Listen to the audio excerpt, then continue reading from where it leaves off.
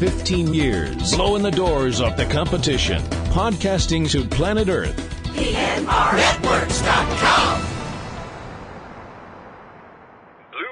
This podcast is a member of the Blueberry Network. Blueberry. No E's. That's Blueberry, BLUBRRY.com. Blueberry.com. This podcast is a proud member of the Lamb Podcasting Network. Find the network at largeassmovieblogs.com.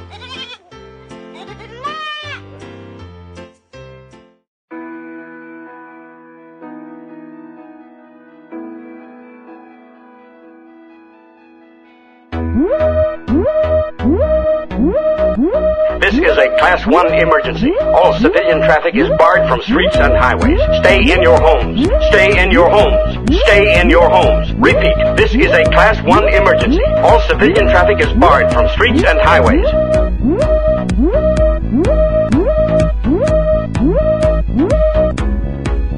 Do not panic. Do not panic. We've got the quirky films for your quarantine blues. Subject Cinema presents Captive Audience Theater with T.C. Kirkham and Kim Brown.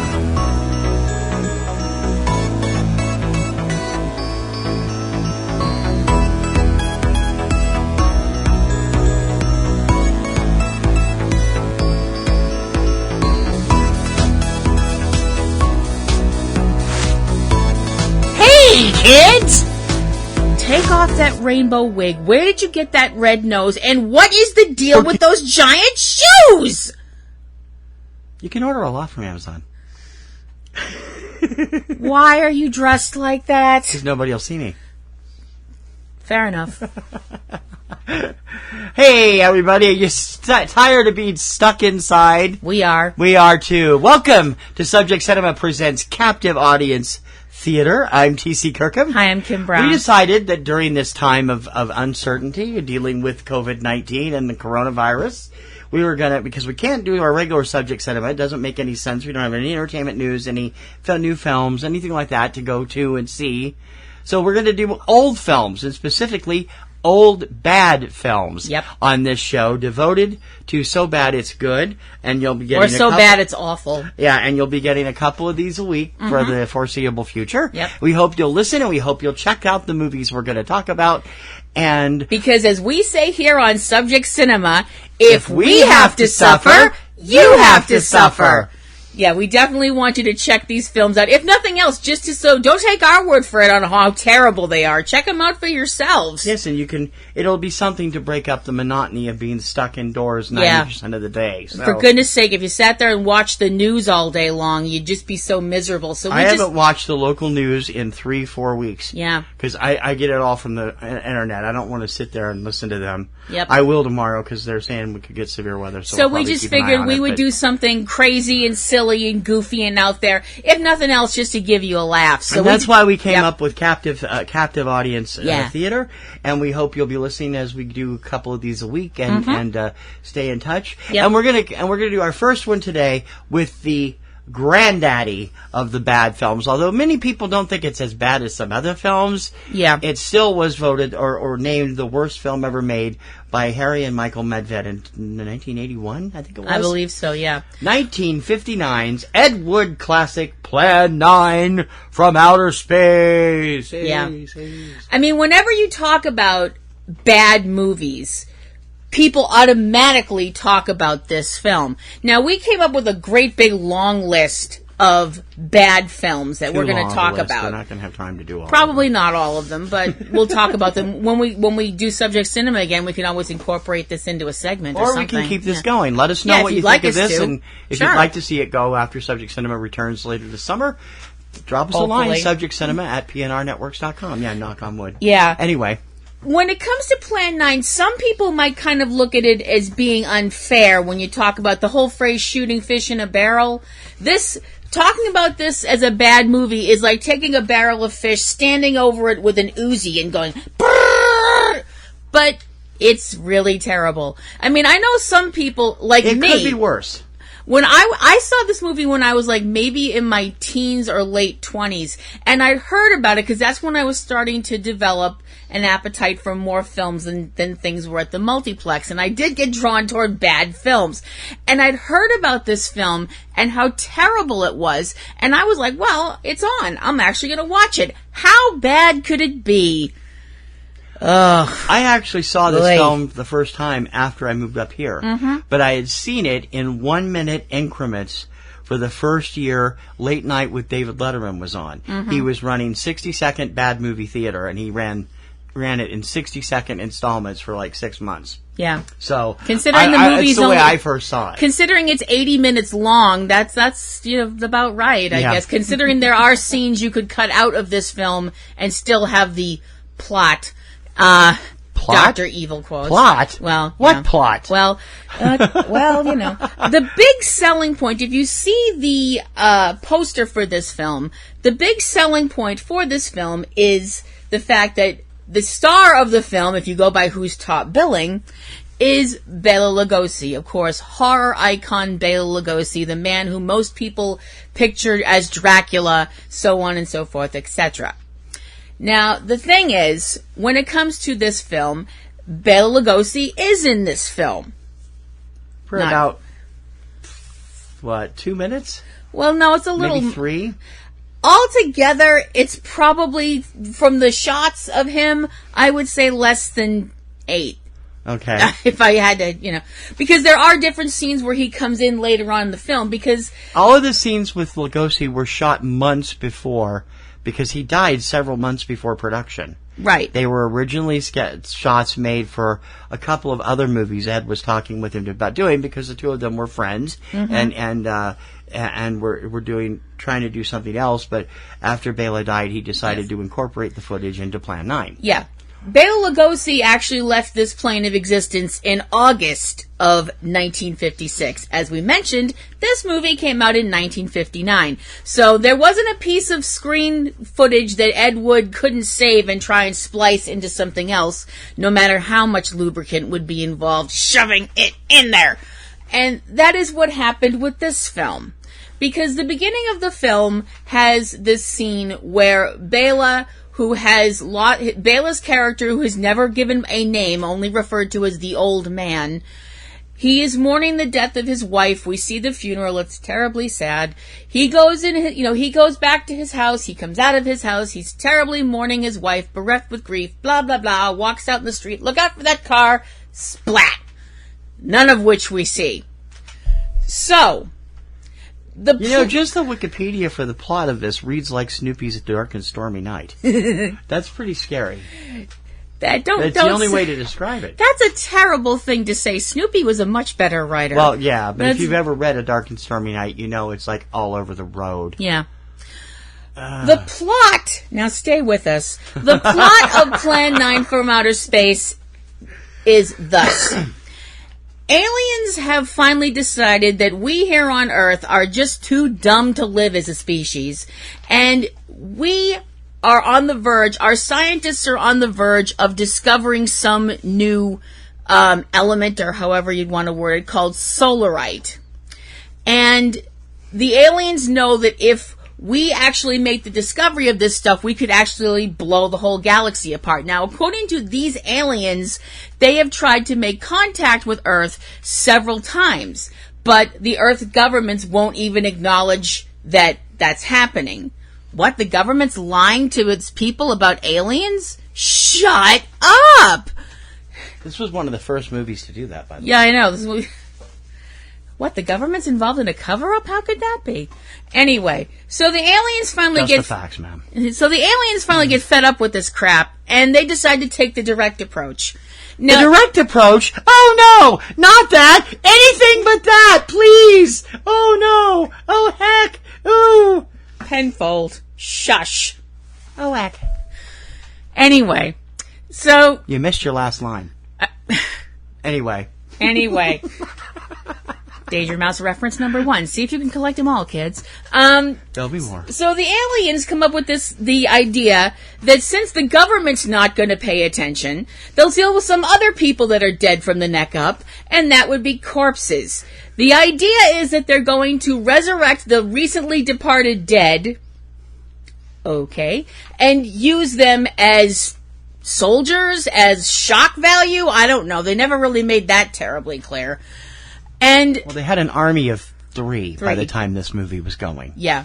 Ooh, hold me back. One of those dead people is the doctor's recently deceased, the old man's recently deceased wife. The other one is the old man. The third one turns out to be a police officer. Actually. And a police inspector. I'm like, yeah, he'd have to be an inspector. There is no way in hell that guy would have been a patrolman built like that. Anyway, but the thing is, like we mentioned a little earlier, Bela Lugosi, by the time this film came out, by the time Ed got around to filming the rest of the film, he had the footage of Bela running around in his Dracula costume.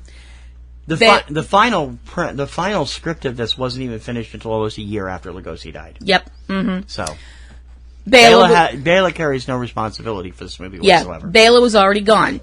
So Ed's idea of how to keep Bela in the film, so to speak, besides adding this footage where Bela never actually spoke, was... Well, none of the corpses actually spoke. No, none of the corpses spoke. That's true. The idea was that he would have somebody else play Bela's character. They would just keep the cape up over their face. Okay. Now, the person that he asked to do this was a gentleman that was actually, I'm not sure how to say this the man was not an actor. He was in fact the wife, he was in fact the chiropractor of Ed Wood's girlfriend. I believe she was his girlfriend. She might have been his wife at that point. His name was Tom Mason. Mm-hmm. So this man was not an actor at all. Well, chiropractors have done that before, too. Well, now. What? There's a chiropractor that's an actress, too. She played W in Good Eats. Yes, it was actually she did. Alton Brown's chiropractor. Yes. But she wasn't, she was talented, too. She wasn't teaching Alton about kitchen tools with a cape over her face. No, she wasn't. She also wasn't playing somebody else who was much older, shorter, and had dark hair. Yeah. So apparently Ed decided that... I sincerely doubt that Bela's late lamented wife actually looked like a vampire. No. Probably she was not. Played by Vampira. Probably not. So, you know... So, as we mentioned, we have footage of Bela in the film, and then in the scenes where it's not Bela, same character, not Bela, we have Dr. Tom. Dr. Tom, who is a full head taller than Bela, has much darker hair than Bela, and looks... More hair than Bela. More hair than Bela, and looks physically nothing like Bela other than being a Caucasian male. And... all we can see of him are his eyes and his forehead because he's been instructed by the director to just hold the cape up in front of his face the whole time. But nobody in the audience is going to notice that. Oh, man. Okay. So, onward throughout the film... Now, we also had another bit of, you mentioned the whole thing about the government, keeping things from its people and stuff like that, which is true. And we also find that out when the aliens, one of the aliens' flying saucers, pie plates, strafes a, frisbees, whatever they use. It was an actual model kit. Was it a model kit? Yep. Okay. I didn't know that either. You sure can't tell. No, but you can sit there and go string. Yeah, you can do that. If you play a drinking game where you take a drink every time you can see the string, mm-hmm. you're gonna be drunk before you're the end gonna of the be film. in trouble. Yeah. And if you are not of legal drinking age, don't do that. That's called CYA, children. Yeah, it is. The flying saucer zips by a plane. Zip. Yeah. Zip. And is seen by the we're assuming it's only seen by the people in the cockpit of the plane, since we don't hear anybody panicking through the shower curtains separating the cockpit from the rest of the plane. Considering you mean the plane with no sides on it, you just it's so tight that the guys are sitting there in kitchen chairs, and one of them has a script on his lap in one scene. Yeah, although you shouldn't be able to see that. I'll explain that in a minute, but you shouldn't be able to see that. And the plywood backing behind them and all that. I'm like, wow, we spared no expense using the regular with this steering wheel to steer. Really, with. Yeah. The pilot of the plane, Jeff Trent, is told by the government that he can't speak about what he's seen. So there's another example of the government, trying to keep the truth from being, the truth really is out there. The problem in this case is that the truth is really out there, but it's really badly made. Oh, there is so much about this movie that can be said. So much can be said about this movie, just none of it can be said on this show because we're trying not to use those bad words. Oh boy. So the aliens show up, tell us we're all idiots, and there's a big fist fight, and the ships blow up in the end. It's just really awful. The cast of the movie, I'm not going to call them stars. The cast of the movie includes Gregory Walcott as Jeff Trent, Mona McKinnon as Paula Trent, who are the two best actors in the film, if you ask me. And that's not saying much. Dick Moore as Lieutenant John Harper, Tom Keene as Colonel Tom Edwards, Carl Anthony, Paul DeMarco, and Tor Johnson as the cops and the Inspector Clay. Dudley Manlove as Arrows. That's the guy that does the "You of Earth are idiots" line. Yeah. Also, Joanna Lee as Tana, John Breckenridge as the Ruler. Some other parts in smaller roles. Conrad Brooks as Patrolman Jamie. Mila Numi, Vampira, as the vampire girl that was Bela's widow. Bela Lugosi as the old man, or Ghoul Man, and Psychic Criswell as himself. And the narrator, who talks about future events that will be happening in the future, because that's where you and I will be residing, or something to that effect. Yeah, it was the writing. He should have known better. But I'm like, then again, this is the man. a... If you've ever seen Criswell, there's a whole section of the original People's Almanac published in 1975 devoted to some of his predictions, and they're just so crazy. None of them ever happened. And it's like, I mean, this stuff is just nuts. I'm like, did he take a blow to the head before he read these lines? What the hell is this man talking about? Interestingly enough, this film was shot in standard widescreen format. It's never been shown that way. And that's because all of the prints that have come out to this date are shot in the ratio that is meant for television.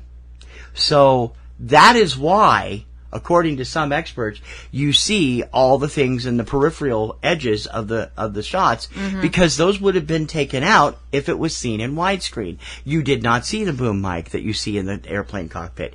You did not see the airline pilot having the script on his lap, because in the widescreen, which is how it was first screened, and that's the only time it's been screened that way, all of that is blocked out in the correct ratio. Yeah. So Ed was no stupid idiot when it came to filming.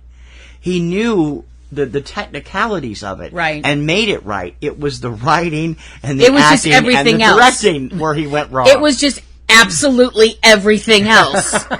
Now, it's interesting that it's never been released on DVD in the proper ratio either. Now, Criterion, it's about time for you've released some really god awful stuff in the past, as well as great stuff. It's about time Criterion or Kino Lorber get together, put a new Plan 9 out on Blu-ray, and include both the theatrical version, the widescreen version, and the TV cut, and get people to do commentary for it. I'm sure Tim Burton would love to do something, or however, because he made Ed Wood the biopic. So yeah.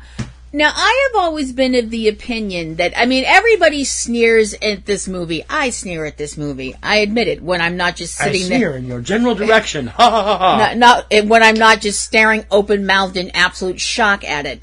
But I need to get that on the soundboard. I have to be perfectly honest and say that when it comes to the actual idea of the film, the whole idea of your antagonists resurrecting the newly deceased to act as their foot soldiers. You have always loved that particular idea. That's a great idea.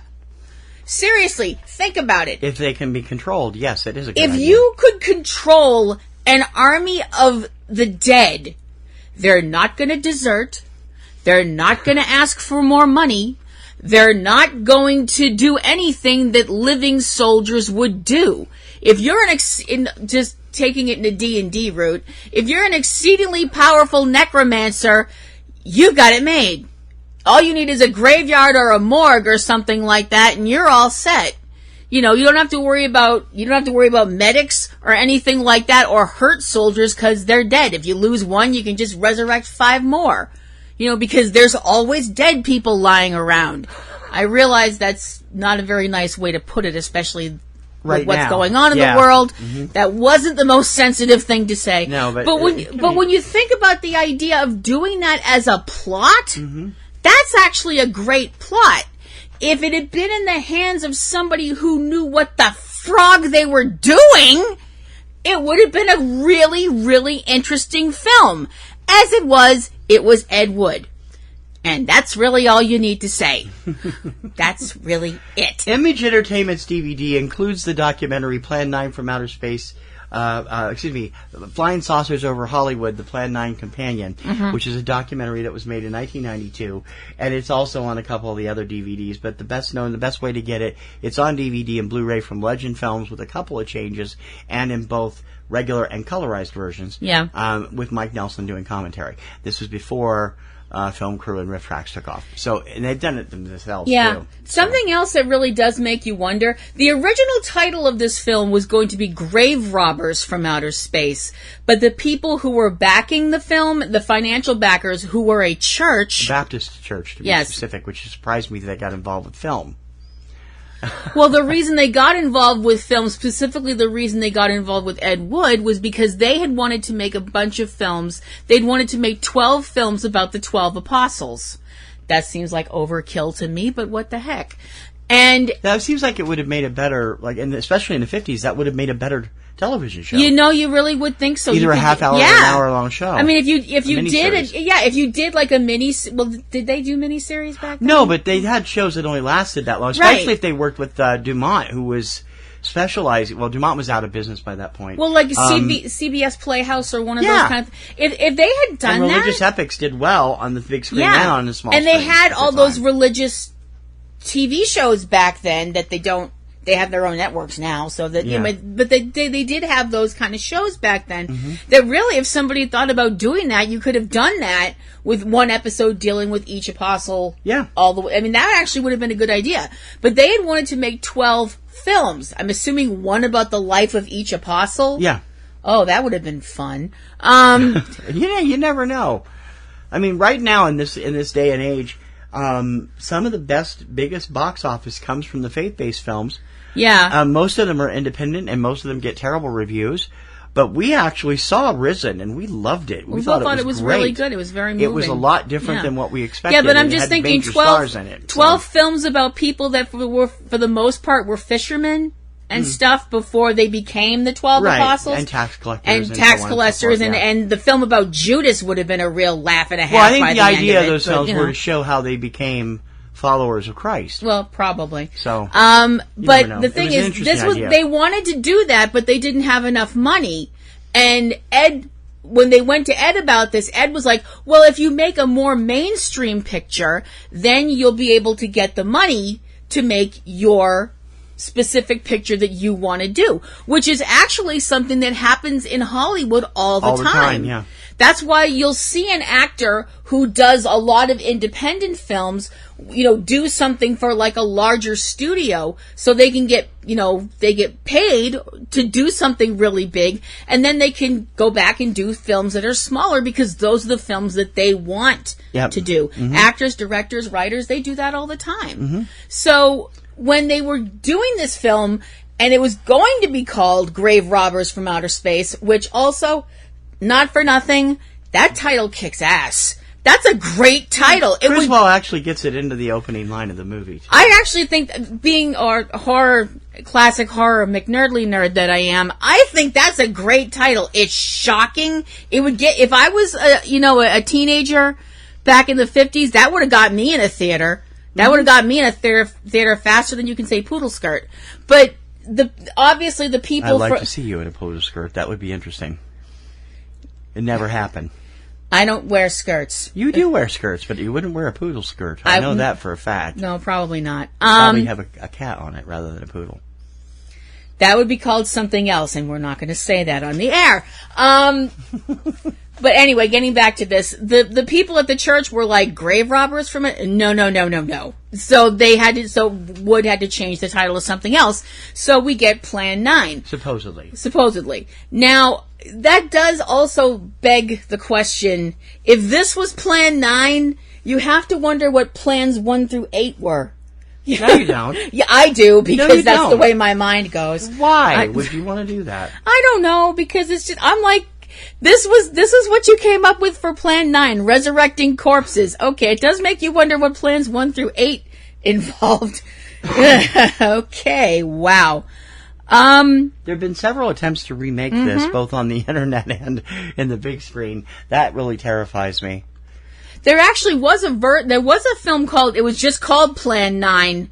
I've seen like a tiny bit of it, and I was like, okay, didn't really do anything for me, but that's, I gotta say though, Plan 9 as it is, I can't honestly say it deserves the title of the worst film ever made. I've seen worse films. No, I've definitely seen worse films too. I've seen worse films thanks to Mystery Science Theater 3000 and Riff Tracks that I never want to see again, Red Zone Cuba.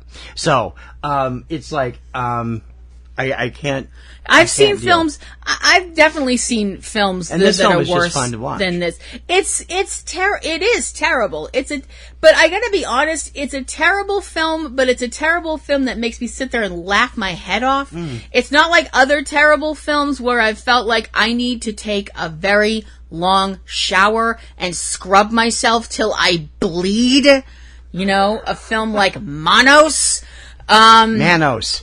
Get it right. Well, Manos is the movie from the 1960s. Manos was a critically acclaimed film that premiered at the Sundance Film Festival last year. Fine. They are not the same film. Manos, the Hands of Fate, the movie that made me want to dash into... has had this argument twice in the last week because she keeps calling Manos Manos. Don't do that. The movie that made me want to dash into the bathroom with a bottle of vodka. You know, it's just, ugh. It's not A Touch of Satan.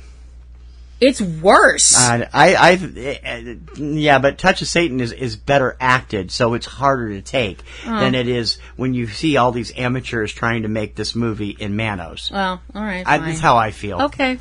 We're going to have lots more movies like this in the upcoming weeks. And what we'd like to know, is there a really bad film you feel is so bad it's good, or so bad it's utterly terrible, or so bad you can't stop from being in hysterics over it?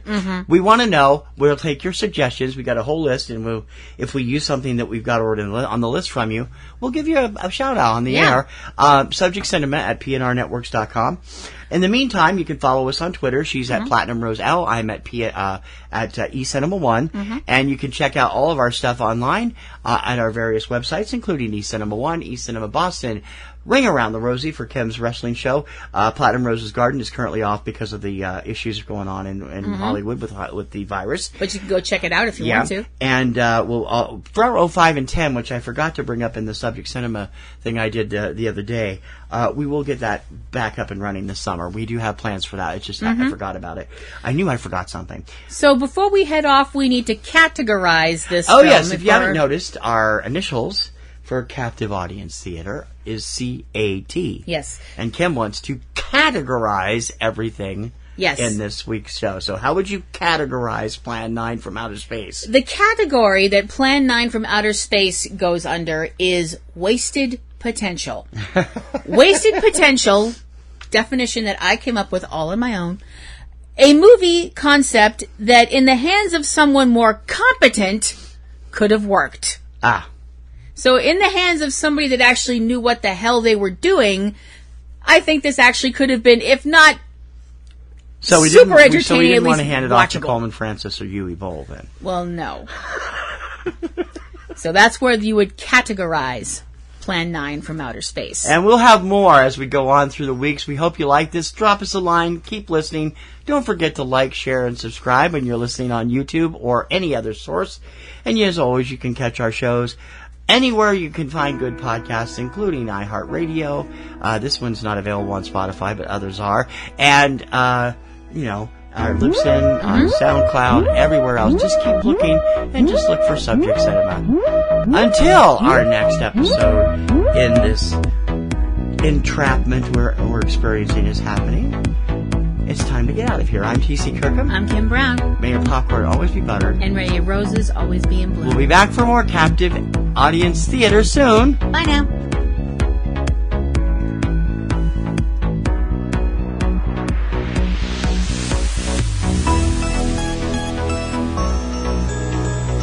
You've been listening to Subject Cinema Presents Captive Audience Theater with Kim Brown and T.C. Kirkham.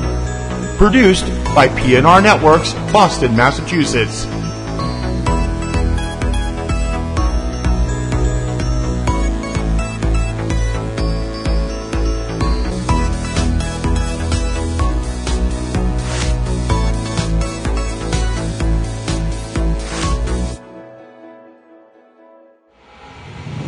"15 years, blowing the doors off the competition, podcasting to planet Earth. PNRNetworks.com